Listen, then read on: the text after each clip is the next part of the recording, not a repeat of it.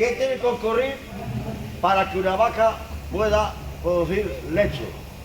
1, 2 y 3. Muy bien, muy bien. Como veis, que o es domingo o tiene una guía o que suene la música. La anima. Tres respuestas, que una es la verdadera, la otra. Y la más... ¿Qué tenemos que hacer para eliminar las bacterias de la leche? 1, 2 y 3.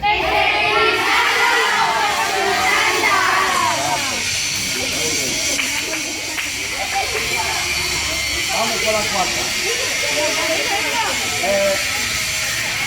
¿A cuántos grados hay que pasteurizar la leche?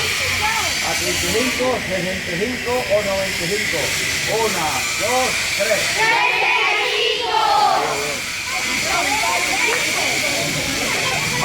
Vamos por la quinta. Vamos por la quinta.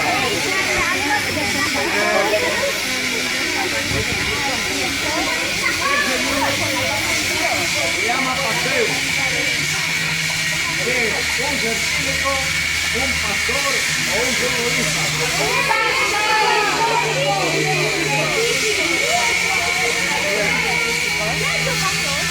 ¿Cuántos medidas el cápsulo puede tener un vaso de leche?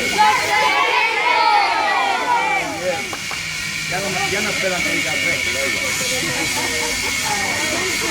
¿Cuántos años hace que fabricamos el cacao? Muy bien. Y la última.